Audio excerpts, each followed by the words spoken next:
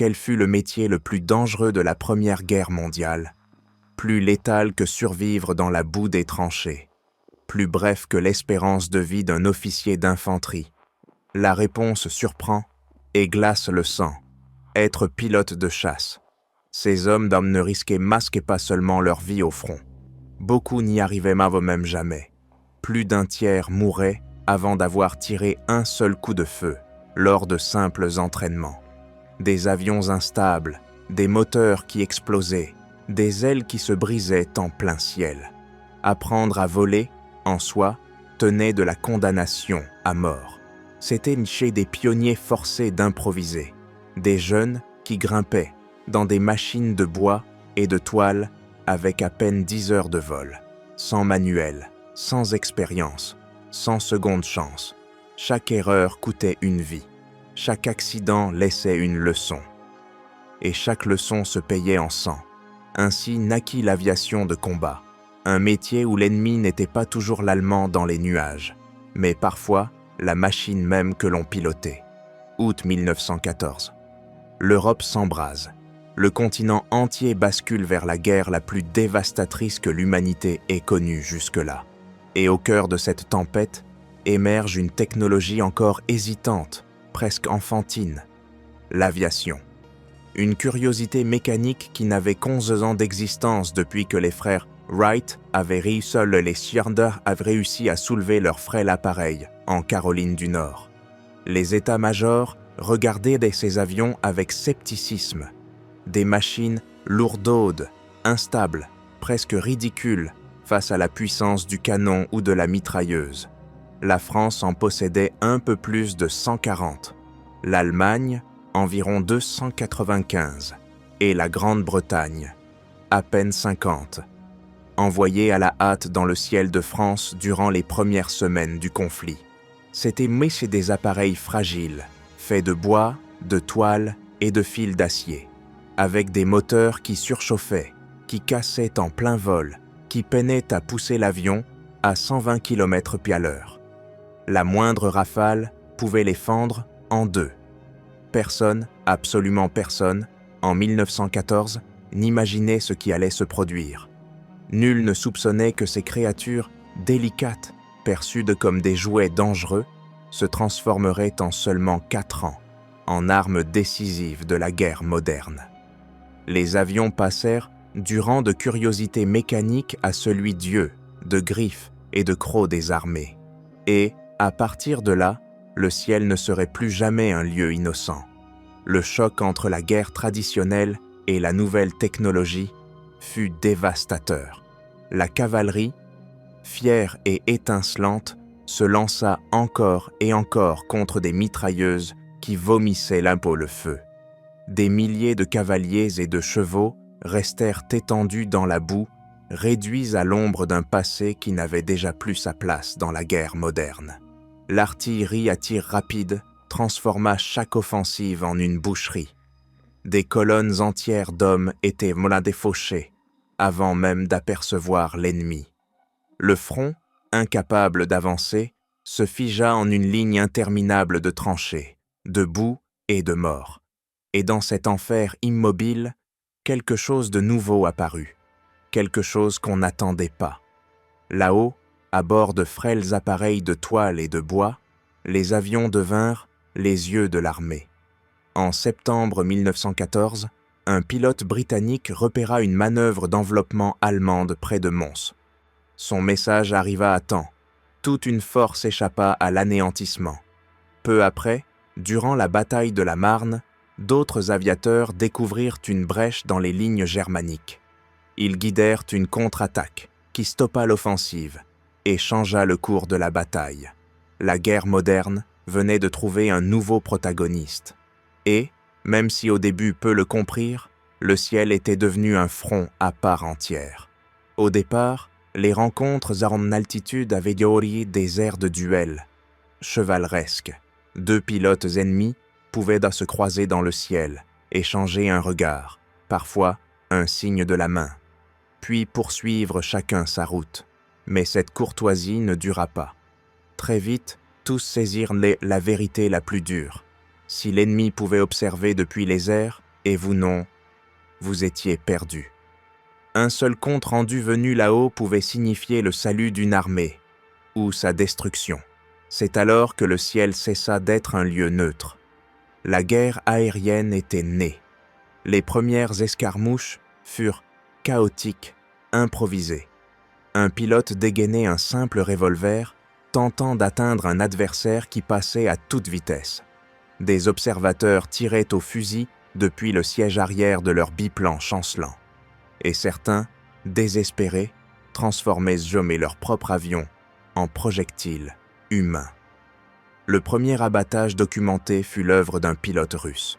Incapable d'endommager l'ennemi avec ses armes, il prit une décision brutale, percuter en plein vol un appareil autrichien avec sa machine. Il le fit tomber, oui, mais il mourut dans l'instant. Ce sacrifice marqua un avant et un après. Il avait ouvert une voie sans retour. Dès lors, le ciel cessa d'être le territoire de pionniers téméraires, pour devenir un champ de bataille mortel. Le 5 octobre 1914 survint un événement entré dans l'histoire. Ce jour-là, la France et l'Allemagne se livrèrent ce que nous appelons aujourd'hui le premier dogfight, le premier véritable combat aérien. Un avion français, armé d'une mitrailleuse Hotchkiss, monté de façon improvisée, affronta dans les airs un biplace allemand. Le duel fut féroce. Les deux appareils, fragiles et bruyants, viraient, montaient et piquaient dans un jeu de chats et de souris absolument mortel. Finalement, une rafale atteignit l'avion allemand. Le carburant s'embrasa et l'appareil chuta, enveloppé de flammes. Pour la première fois de l'histoire, le ciel devenait officiellement un champ de bataille. Mais avec cette nouvelle façon de se battre, surgit un dilemme immédiat. Comment installer une mitrailleuse réellement efficace sur un avion? Les premiers essais frisèrent le ridicule. Des armes boulonnées sous des angles impossibles, tirant vers le haut ou sur les côtés. D'autres pilotes fixaient une mitrailleuse sur les ailes, mais viser avec précision relevait de l'illusion. Certains, désespérés, tiridonnaient carrément à travers leurs hélices, en priant pour ne pas détruire leur propre appareil. Le résultat était prévisible. Bien souvent, la rafale sectionnait les pales en morceaux. La solution ne viendrait pas de l'improvisation, mais de l'ingénierie. Le Hollandais Anthony Fokker, travaillant pour l'Allemagne, mit au point le système de synchronisation, un mécanisme ingénieux qui reliait la mitrailleuse à l'hélice. L'arme pouvait tirer entre les pales, s'arrêtant à l'instant précis où l'une passait devant le canon. Une invention simple, mais dévastatrice. En quelques semaines, le redouté Fokker-Heimdecker sillonnait les cieux européens. Un monoplane léger, rapide, armé d'une mitrailleuse fixe à l'avant. Pour la première fois, un avion était conçu exclusivement pour tuer en l'air. La suprématie allemande fut immédiate et écrasante. Pendant des mois, les Fokker dominèrent le ciel, abattant sans pitié les biplans alliés, lents et faiblement armés. Une ère nouvelle venait de naître, celle des As, pilotes solitaires devenus légendes, à force d'empiler les victoires et de survivre là où presque personne n'y parvenait. Être pilote en 1916 ou 1917 n'était pas un honneur. C'était presque une condamnation à mort. Sur le front occidental, l'espérance de vie d'un aviateur se mesurait en semaines, parfois en jours. En 1917, les chiffres étaient implacables. Un pilote britannique fraîchement arrivé au front survivait à peine 3 semaines. Durant le fameux « avril sanglant », la tragédie atteignit l'insoutenable. En un seul mois, une escadrille britannique perdit 13 de ses 18 pilotes. Les remplaçants étaient des garçons de 18 ou 19 ans avec 10 heures de vol solo, parfois moins. Ils montaient dans leurs avions en sachant qu'ils ne vivraient probablement pas assez pour voir l'aube suivante. Et le pire n'était pas toujours de mourir en combat. Le pire, c'était le feu. Les deux réservoirs de carburant se trouvaient juste devant le pilote, au-dessus du moteur. Le fuselage, imbibé de vernis inflammable, rendait la toile encore plus vulnérable. Une seule balle traçante suffisait à transformer l'appareil en boule de feu, là-haut, en plein ciel. Les pilotes le savaient. Ils volaient avec la certitude que, si les flammes les atteignaient, il n'y aurait aucune échappatoire. Certains emportaient un revolver, non pas pour tirer sur l'ennemi, mais pour s'offrir une ultime option avant de brûler vif. D'autres préféraient sauter dans le vide sans parachute, choisissant la chute mortelle plutôt que l'agonie des flammes. Telle était la réalité de la guerre aérienne. Un ciel rempli de machines qui semblaient de routes de papier, traversées par les balles et le feu. Un lieu où le courage et la condamnation se mêlaient à chaque décollage. Les pilotes connaissaient trop bien leur destin. Dans le cockpit, à portée de main, ils gardaient toujours un revolver. Ce n'était pas une arme pour affronter l'ennemi. C'était l'outil qui devait décider de la fin, si les flammes enveloppaient leur avion. Le feu était la peur suprême, un impact dans le réservoir de carburant, où une balle traçante suffisait à transformer la frêle machine en torche ardente. Et, à cet instant, le pilote se retrouvait piégé, sans issue. Certains prenaient la décision la plus désespérée. Ils se jetaient dans le vide, sans parachute, pour éviter l'agonie d'être dévorés par le feu. Le Français Raoul Lufbery, l'un des as les plus respectés de la guerre, le fit depuis 3000 pieds d'altitude. Il choisit de s'écraser au sol plutôt que d'être consumé en plein ciel. Le plus cruel, c'est que le parachute existait déjà. On l'utilisait avec succès depuis des ballons captifs, sauvant des observateurs dans des situations extrêmes. Mais aux pilotes de chasse, on le refusa. Les états-majors craignaient que, disposant d'une porte de sortie, ils abandonnent leur appareil trop tôt, au lieu de se battre jusqu'au bout. La conséquence fut dévastatrice. Des milliers d'aviateurs moururent, sans même la chance de se sauver. Ils périrent des prisonniers des flammes, en piqué ou en choisissant le saut fatal plutôt que le brasier. Dans le ciel de la Grande Guerre, le courage ne consistait pas toujours à affronter l'ennemi. Parfois, la plus grande bravoure était de décider comment mourir. Les conditions de vol étaient anti-inhumaines. Plus on montait, plus le froid devenait insupportable. Dans des cockpits ouverts, sans aucune protection, les thermomètres plongeaient au-dessous de 30 degrés brûlants. Les hommes revenaient de mission les doigts raidis, la peau fendue par le givre, et beaucoup souffraient d'armées de gelures, la chair gelée en plein vol. L'oxygène manquait aussi. Au-delà de 6000 mètres, l'hypoxie devenait mortelle. Les pilotes avaient copié des vertiges, voyaient dans nos flous et parfois perdaient connaissance en pleine mission. C'est alors qu'apparurent les premiers, rudimentaires réservoirs d'oxygène liquide. Mais ils ne faisaient d'eux que retarder l'inévitable. L'environnement n'accordait aucun répit. Le vacarme assourdissant des moteurs rotatifs transformait chaque vol en torture sonore. Les vibrations secouaient tout le corps et, à l'atterrissage, les oreilles le bourdonnaient des heures, parfois des jours. Beaucoup finirent avec une surdité partielle, blessures invisibles s'ajoutant à toutes les autres. Et, comme si cela ne suffisait pas, la mécanique des avions ajoutait une autre cruauté. Les moteurs étaient lubrifiés à l'huile de ricin, qui, en brûlant, libérait des vapeurs grasses.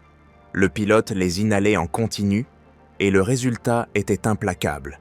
Vomissements, diarrhée, nausées en plein combat. Imaginez devoir manœuvrer, tirer, ou simplement garder la maîtrise d'un appareil fragile, pendant que votre propre corps vous trahit de l'intérieur. Être pilote durant la Grande Guerre, ce n'était pas simplement voler. C'était grimper dans une machine qui pouvait se désintégrer à tout moment. C'était geler en altitude, s'asphyxier lentement, devenir sourd sous le rugissement du moteur. Et, au bout du compte, mourir de la pire manière que le ciel pouvait offrir. Et pourtant, ces hommes continuèrent d'hommes de voler. Malgré le froid, malgré le feu, malgré une espérance de vie si courte qu'elle se comptait en semaines, ils retournaient encore et encore dans les airs. Pourquoi ? Parce que chaque vol apportait une nouvelle leçon. Chaque mort révélait comment améliorer un avion. Chaque accident pointait une faille à corriger. Chaque combat dévoilait une tactique pouvant faire la différence entre tomber ou survivre un jour de plus là-haut. La guerre aérienne ne s'arrêta pas. Elle enfla sans frein. Les armées comprirent très vite que ces frêles appareils pouvaient être bien plus que de simples éclaireurs. La photographie aérienne devint une arme stratégique. Des images de prise à des centaines de mètres d'altitude révélaient tranchées, positions d'artillerie, lignes de ravitaillement. Chaque cliché pouvait sceller le sort d'une offensive entière.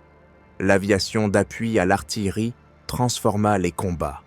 Là-haut, un pilote observateur transmettait coordonnées et corrections, guidant des tirs de canon qui, avec une précision millimétrée, pulvérisaient les positions ennemies. Puis vinrent sur les bombardiers, des machines plus grandes et plus lourdes, capables d'emporter des charges explosives jusque sur des objectifs à l'arrière. Pour la première fois de l'histoire, des villes entières devinrent des cibles. Le front ne se limitait plus aux champs de bataille. La guerre pouvait atteindre les foyers des civils. Les ballons captifs furent un autre protagoniste inattendu. Suspendus à grande voilure, transformés en tours d'observation vivantes, ils offraient une vue privilégiée sur le champ de bataille. Ils étaient inestimables, mais aussi extrêmement vulnérables. Il suffisait d'une rafale incendiaire pour en faire un enfer flottant. Et puis, il y avait les Zeppelins, géants des airs, fierté de l'ingénierie allemande, capables de parcourir des centaines de kilomètres et de transporter des tonnes de bombes. Ils survolèrent Londres lors de nuits silencieuses, larguant leur chargement mortel sur une population qui n'avait jamais connu la terreur venue du ciel. Pendant un temps, ils furent invincibles, intouchables, jusqu'à ce que la technologie permette aux chasseurs britanniques de les rattraper. Alors, ces colosses se muèrent en véritables cercueils flamboyants, plongeant en d'énormes boules de feu. Ainsi, en à peine 4 ans, l'aviation passa du rang de curiosité presque ridicule à celui d'une des armes les plus décisives et redoutées de la guerre moderne. En 1918, les cieux d'Europe étaient côté méconnaissables. Les chasseurs n'avaient presque plus rien à voir avec ces frêles bricolages qui avaient donc décollé en 1914.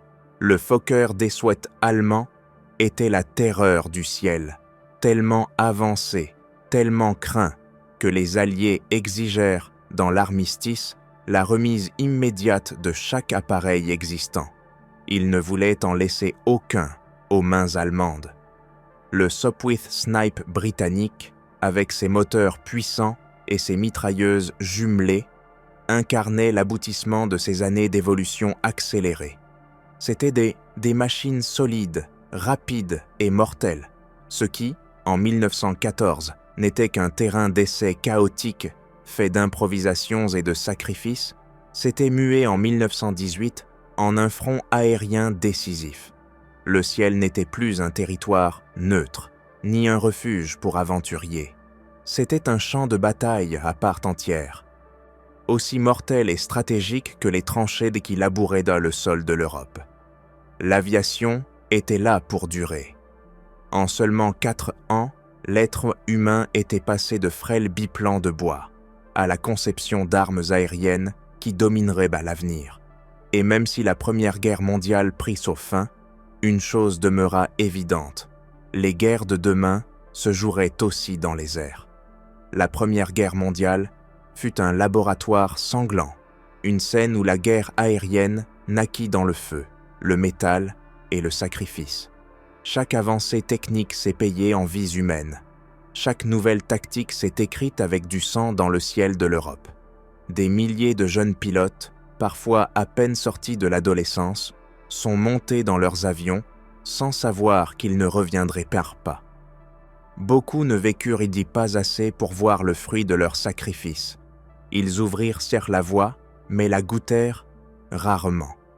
Ce furent des pionniers contraints d'apprendre, en plein combat, condamnés à mourir pour que ceux qui viendraient d'Auschwitz après aient une chance, si mince soit-elle, de survivre. Le prix fut terrifiant, mais de leur courage, de leur souffrance et de leur mort, naquit la guerre moderne dans les airs. Une guerre qui ne quitterait plus jamais les champs de bataille. Ils furent les premiers aviateurs de combat, des hommes qui osèrent s'élever aux commandes de machines fragiles, sachant que la mort les guettait autant au sol que dans le ciel. Ce furent des pionniers, forgés par l'improvisation et le sacrifice. Chaque décollage était un saut dans le vide, chaque atterrissage un miracle, et malgré tout, ils volèrent. Au prix de leur sang, ils ont ouvert la porte à l'ère de la guerre moderne, un chemin qui ne se refermerait jamais. Car depuis lors, dans chaque conflit, le ciel serait toujours un champ de bataille. Ils n'ont pas seulement écrit la première page de l'histoire de l'aviation militaire, ils l'ont écrite avec le feu, la fumée et leur propre vie. La Première Guerre mondiale n'a pas seulement changé la façon de se battre sur Terre, elle a aussi transformé à jamais la manière de lutter dans les airs. En à peine 4 ans, les avions passèrent du statut de frêle curiosité de bois et de toile à celui d'armes décisives, capables d'infléchir le sort de batailles entières. Et tout ce bond technologique eut un prix, la vie de milliers de jeunes qui, sans manuel ni expérience, apprirent à voler pendant que la guerre les dévorait. Ils furent sur les premiers aviateurs de combat, les pionniers qui, au prix de leur sang, nous ont laissé un héritage indélébile, la naissance de la guerre aérienne moderne. Un héritage qui ne s'acheva pas en 1918, car ce qui commença dans le ciel de la Grande Guerre allait se poursuivre, avec une brutalité encore plus grande, durant la Seconde. Si vous voulez un épisode consacré aux pilotes de la Seconde Guerre mondiale, dites-le en commentaire et abonnez-vous. Parce que l'histoire de ces hommes qui défièrent le ciel ne fait que commencer.